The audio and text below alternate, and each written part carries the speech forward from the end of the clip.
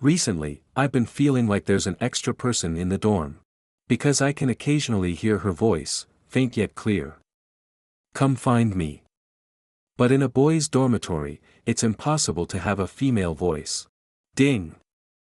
Horror Story reminds you to click the subscribe button in the bottom right corner to read the complete novel. In the middle of the night, I was awakened by a thud, thud, thud sound. The noise was coming from the upper bunk. I leaned out to ask Zayden what was going on, but before I could speak, I was stunned by the sight before me. A long strand of black hair was cascading down from the upper bunk. They flowed down slowly, as if alive, sliding toward me. My body shook. I wanted to cry for help, but no sound came out. I wanted to run, yet I couldn't move. I could only watch, wide-eyed, as that smooth hair slithered toward me like a bunch of venomous snakes. My heart raced violently, but I couldn't do anything to ease my fear. And right after the hair appeared, a head followed. Among the disheveled strands, a woman's face emerged. Her complexion was deathly pale, and deep scars marred her face, making it look grotesquely damaged. She grinned, revealing a sinister smile, and her eyes, almost bulging from their sockets, were more terrifying than any ghost in a horror film. What was even scarier was that when she saw me, she seemed delighted. She stretched out her bony, claw-like hands and precisely tightened her grip around my throat. Overwhelming terror consumed every cell in my body. But I couldn't move, couldn't scream, I could only watch as she laughed while choking me to death. Just as I was losing consciousness, I heard that phrase again, "Come find me." The moment I woke up again, I jumped out of bed in fright. Then I realized it was dawn. It turned out to be just a nightmare. I reached to touch my neck. The sensation of being choked by the female ghost last night felt too real. I looked around, and Tommy and Rudy were still snoring, but Zayden's bed was empty. I stared at that empty bed, feeling a bit uneasy. Just then, Zayden came out from the balcony after washing up. I hurriedly asked him, "Zayden, did you sleep well last night?" He looked at me in confusion, seemingly unsure how to answer. It was okay, I guess." I sighed in relief. At least that meant he didn't notice any ghost last night. That meant last night was definitely just a dream. But I was still very concerned because the ghost from last night also said, "Come find me." Zayden was already packing his bag. I caught up and asked him, "Zayden, have you heard any strange noises in the dorm recently?" Zayden, with his back to me, answered without hesitation, "Nope." I cautiously continued, "Do you ever feel like there's more than just the four of us in the dorm?" He casually replied, "Our dorm has never been just 4 people, it's 5. I was stunned. Our school only has 4-person dorms, how could there be 5? Because when you add me, it makes 5. As he said this, he suddenly turned around. He was no longer Zayden, but a short-haired female ghost. Her face was covered in scars, slashed across in multiple places, even her eyeballs were obscured by cuts, let alone other areas.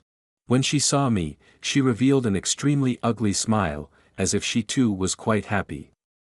Before I could react, she moved closer and stabbed a knife into my chest. Blood gushed out, and I swayed, about to collapse. In my fading moments, I heard that phrase once more. "Come find me." I let out a horrified scream, and that finally woke me up. Then I realized I had fallen asleep at my computer desk. Tommy hurried over and asked me, "What happened? You didn't have another nightmare, did you? You just laid down for a few seconds." Rudy, who was sitting next to the computer, also looked up to tease me, "Was it even 5 minutes? Did you really have a nightmare?" I wiped the large beads of sweat from my forehead in a daze and nodded silently. At that moment, memories began flooding back. Today, we had no classes, so apart from Zayden, we were all playing on the computer in the dorm. I had been tired from not sleeping well, and I accidentally dozed off at the desk. I never expected to have another nightmare. Once was fine, but these continuous nightmares made me realize I was being haunted by a ghost. I recalled the words spoken by those female ghosts, "Come find me." What does that mean? Are they asking me to find them? Where should I go to look for them?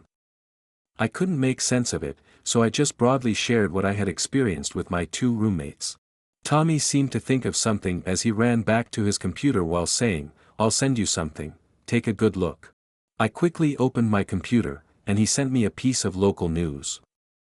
The news reported that recently, several female students had gone missing in the college town. The police investigation had hit a bottleneck, meaning the perpetrator was still at large. Could it be that the girl I dreamt of was one of the victims? I realized suddenly.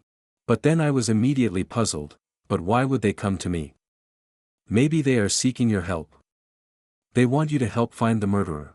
Tommy raised his head and continued, "As for why I'm looking for you, it might be because you've been in poor health lately." I thought carefully, and indeed, I had not been feeling well recently. However, replicating the injuries they had suffered on me was a rather disgusting way to ask for help. I searched online for a long time, spent the whole day looking, but found no solutions. Late at night, I could only go to sleep feeling anxious. Sure enough, I had a nightmare again. This time, the nightmare felt even more real. Because this time, there were no female ghosts. Instead, there was a poor girl, very cute, with a mole on her forehead. From her clothing, she appeared to still be a college student. But at this moment, she was tied to a chair, her mouth taped shut. Her legs were bound to the chair legs, and her hands were tied to the armrests. Even as she struggled desperately, she could not move. And I, surprisingly, was the real monster. Because in my right hand, I held a shiny dagger. I walked over and mockingly pinched her face with my left hand. Tears streamed down her cheeks, but I felt an unusual excitement. I held her chin steady, preventing her from thrashing around. My right hand reached out. The dagger slowly approached her neck. The sharp blade slid slowly from side to side on her neck.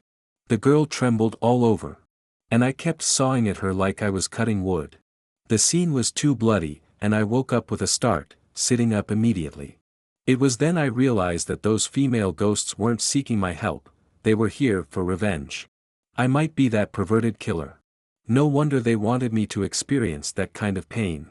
Because I was the perverted murderer who killed them. Thinking of this, I felt a chill run down my spine. After a long while, my brain finally started to function again.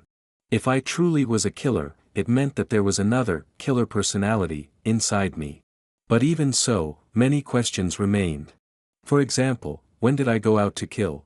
Why hadn't the police found any evidence against me? With so many uncertainties, I decided to go straight to the police station and confess.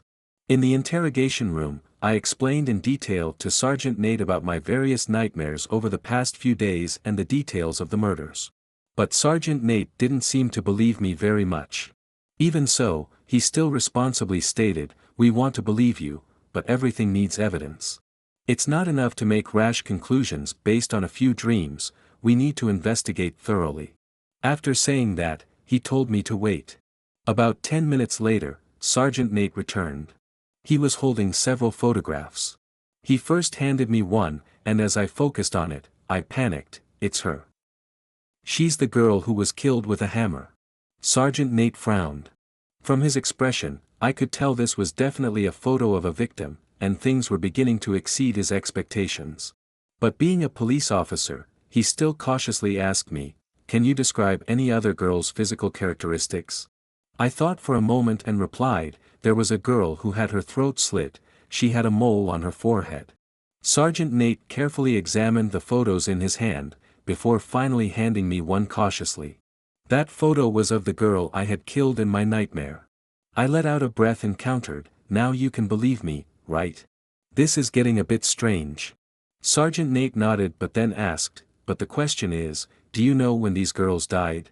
I quickly replied, "Just in the past few days, right? I don't know the exact timing, but didn't the missing persons cases start about a week ago?" Sergeant Nate finally sighed, "Do you really think they are victims of this missing persons case?" I was stunned. "Aren't they?" Sergeant Nate shook his head, "They are victims of the serial murders that occurred 7 years ago in the college town, they all died 7 years ago." I was dumbfounded. "What do you mean? 7 years ago?" I asked blankly. Sergeant Nate frowned and began to explain slowly, yes, this was a heinous case from 7 years ago, where 9 girls were murdered. Their information is public, you might have seen it online, which is why you had those nightmares, right? You're not a killer at all, because the real murderer was executed 6 years ago. And the victims in these photos have no connection to the current missing persons case.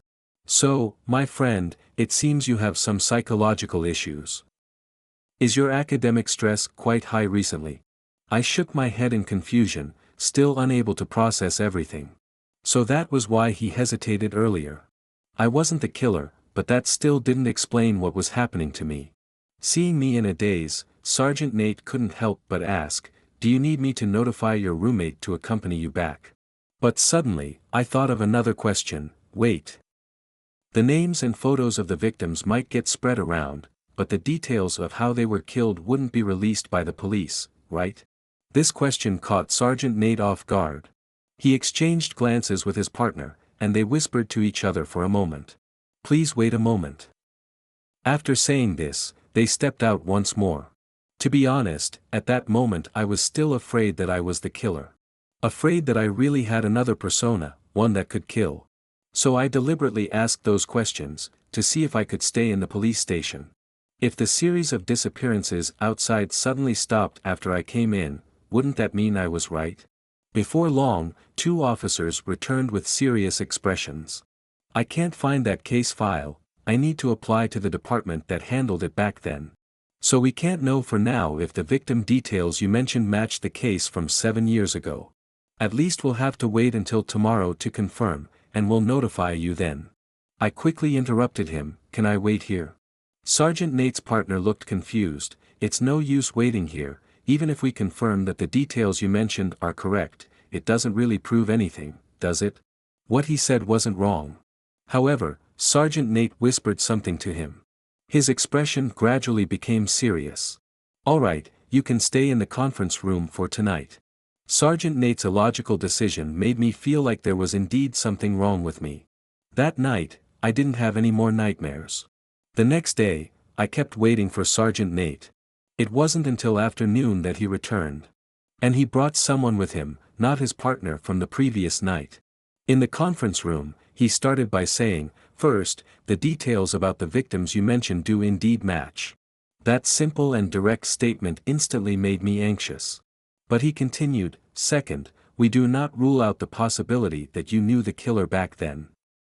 You were only 12 7 years ago, if he said something to you that became a psychological shadow.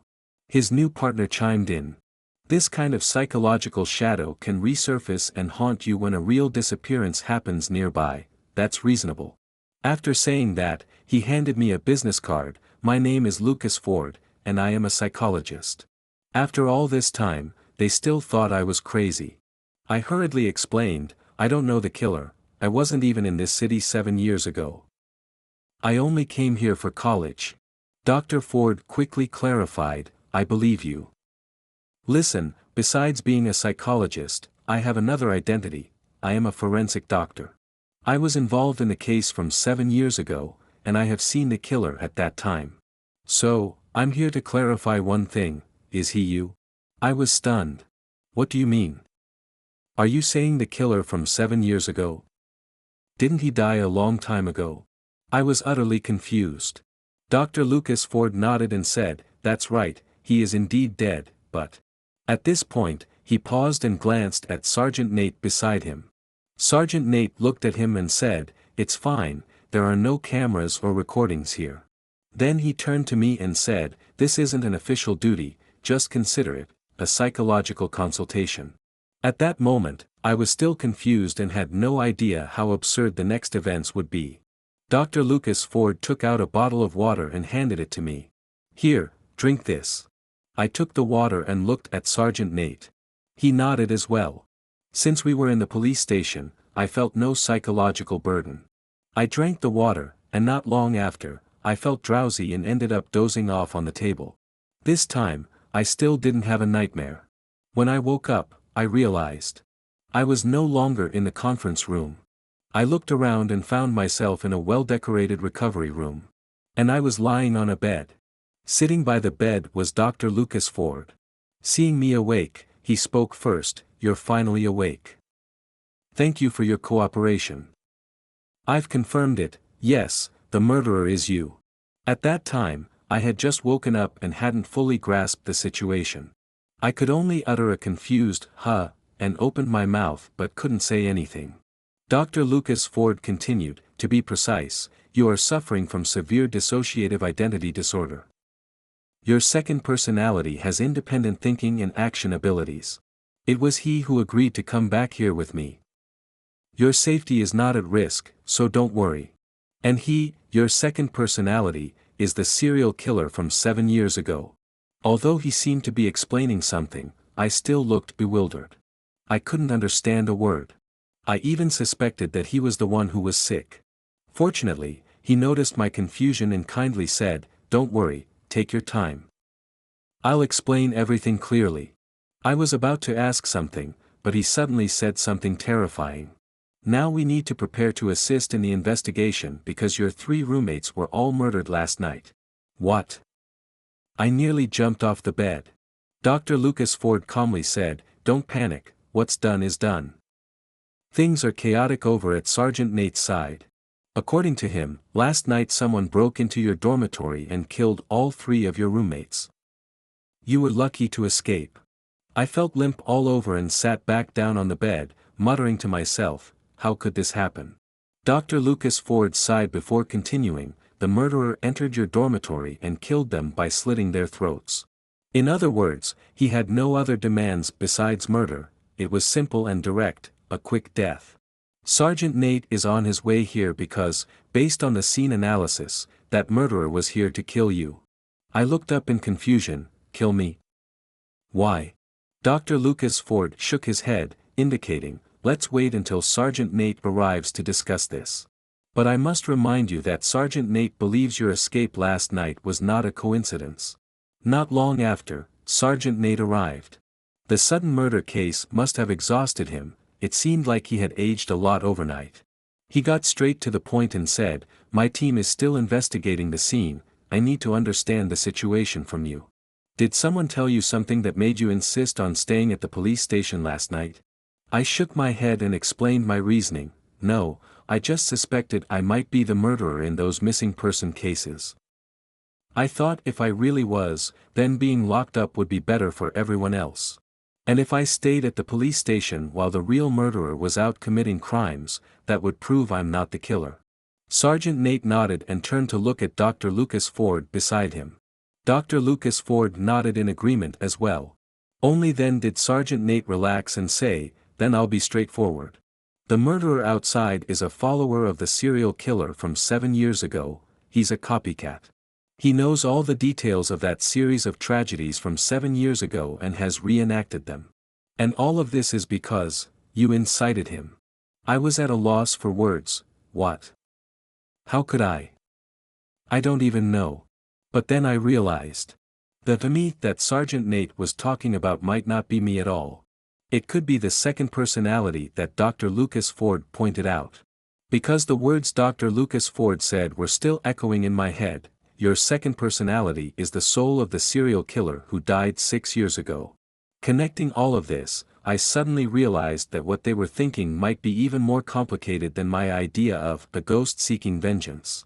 Before I could ask, Dr. Lucas Ford began to explain, dissociative identity disorder, despite countless scholars dedicating time to study it, still has unclear causes.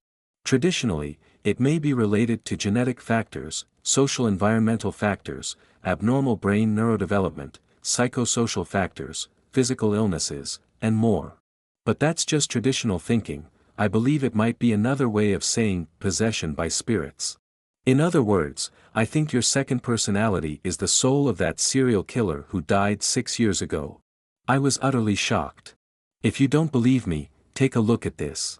Dr. Lucas Ford raised his hand and pressed the remote control. In the recovery room, the large screen lit up. Images of me began to appear on it. It was recorded on my phone last night. The clarity isn't great, but it's enough to recreate the scene. What Dr. Lucas Ford meant was that this was another me that appeared after I drank that bottle of water and passed out last night. I stared intently at the screen. The person on it was someone I knew very well. But at the same time, he felt exceptionally unfamiliar. His appearance was indeed identical to mine, but his demeanor, expressions, and tone were completely different.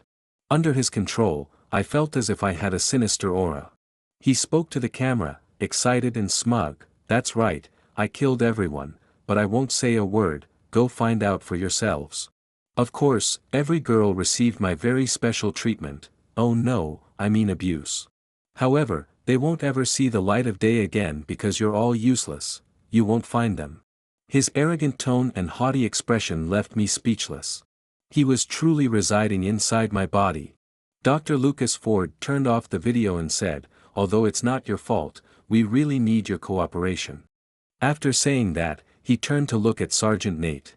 I also looked at Sergeant Nate. Because I didn't know what I could do.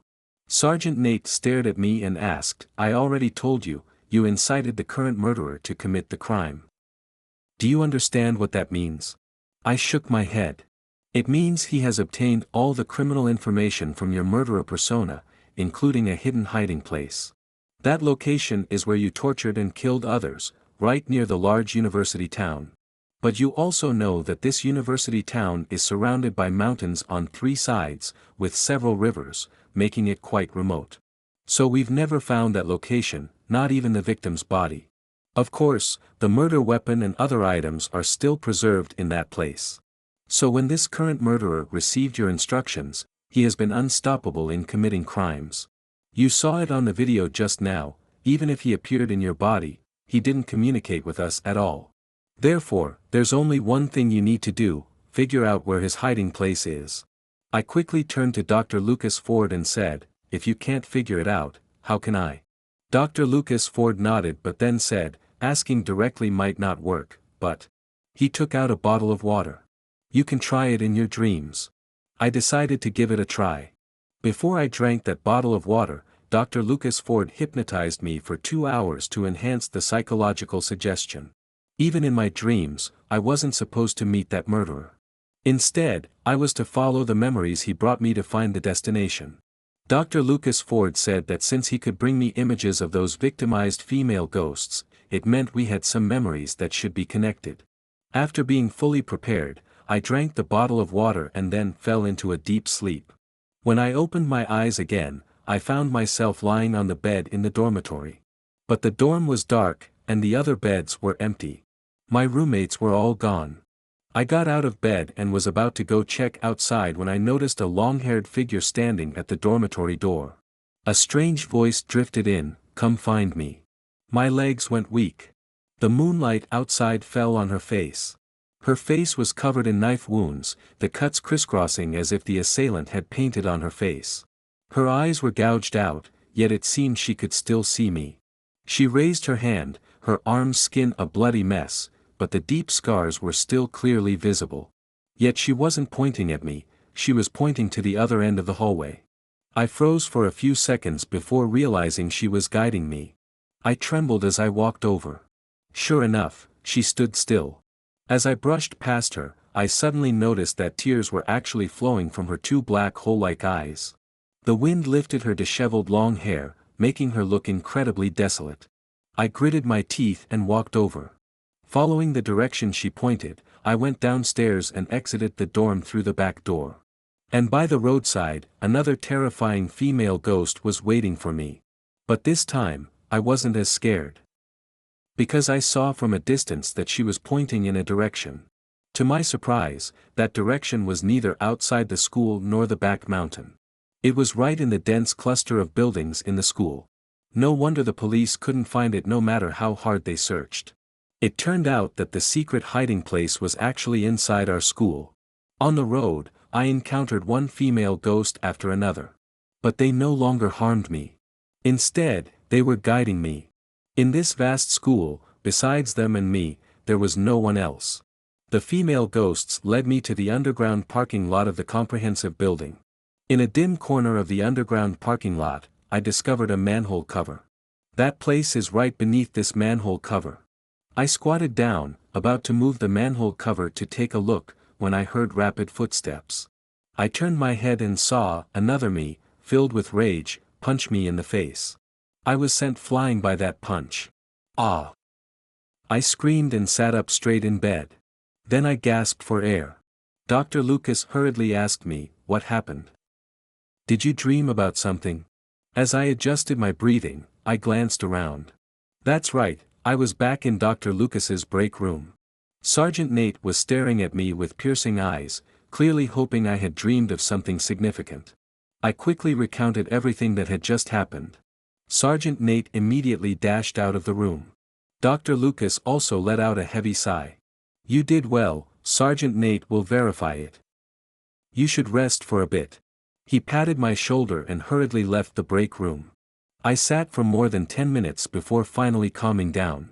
If the hiding place of the killer really is in that location, that would be fantastic. I believe the case will definitely be resolved smoothly, right? And after solving all of this, all that would be left is to cure my strange dissociative identity disorder. But I never expected that things were not that simple. In the afternoon, Sergeant Nate returned with Dr. Lucas.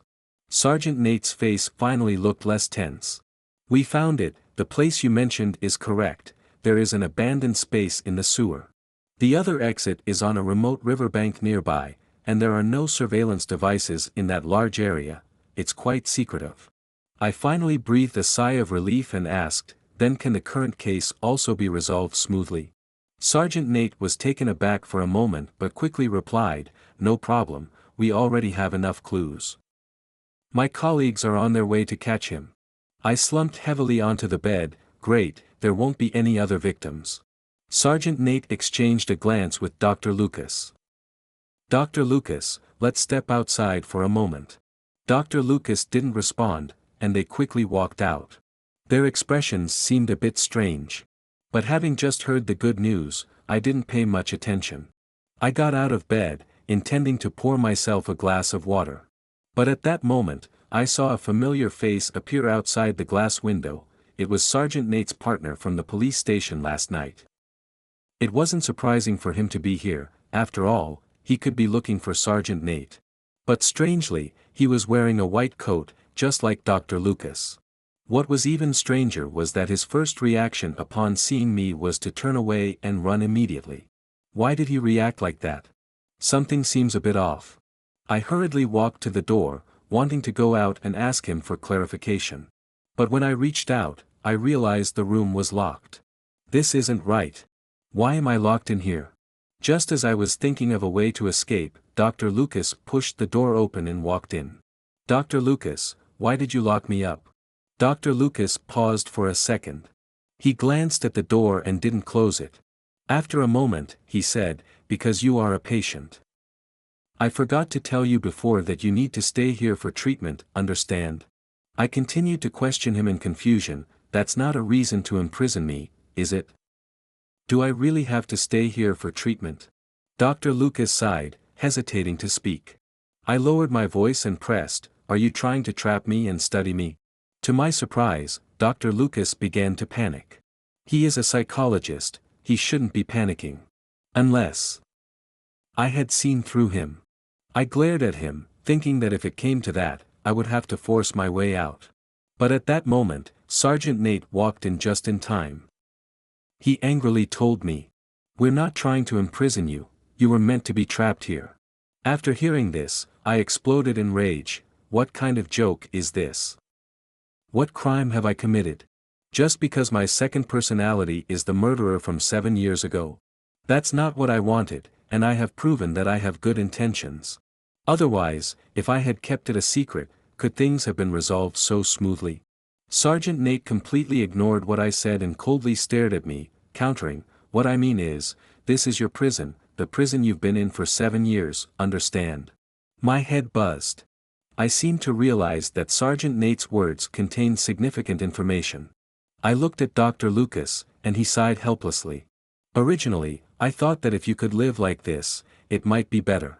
But you've realized that things aren't quite normal, right?" It finally dawned on me that I was the second personality. That's right. Back then, you killed innocents. Even with ironclad evidence, you were always unwilling to reveal the location of the hidden bodies. And because you were indeed diagnosed with a mental illness, we couldn't impose the death penalty. So you've been locked up here for 7 years. For these 7 years, as your attending physician, I have constantly thought about extracting the whereabouts of those victims from you. They deserve to rest in peace. But your main personality doesn't cooperate at all. You've seen the video footage, right? Arrogant, lawless, and completely uncooperative. So we decided to approach it through your second personality, which is you now. Do you understand? You're not a university student, you don't have roommates, and names like Zayden, Tommy, and Rudy are all implanted by me.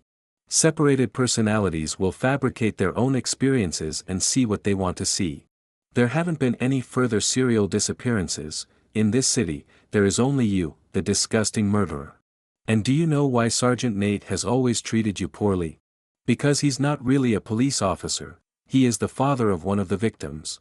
He's cooperating with me to find his daughter's whereabouts. Now do you understand? I trembled all over. Though it was hard to believe, I couldn't help but acknowledge that Dr. Lucas's truth was the most reasonable. This also explained why I saw Sergeant Nate's colleague, in a white coat, appear outside the window. Because he wasn't a police officer at all. He was just temporarily brought in by Dr. Lucas to play that role. I was still unwilling to accept it, and I roared, but I didn't do it. I'm not the one who committed the crime. Sergeant Nate sneered and said, "Go tell that to my daughter." With that, he turned and left the room. Dr. Lucas sighed and said, "I don't sympathize with you at all because you are him, no matter what, you are him. You created countless evils, and even if you are truly a mental patient, that does not lessen your guilt or the suffering of the victims and their families. So this is the debt you owe, you will be locked up here for the rest of your life." After saying this, he turned and left the room. The door was tightly shut behind him. Not only that, the lights were turned off, and the curtains were drawn automatically. I cried bitterly, not understanding why this was happening. But at that moment, the people in the room seemed to gradually increase. I raised my head and through my tear-soaked eyes, I saw those girls. They were all staring at me intently. They were walking toward me.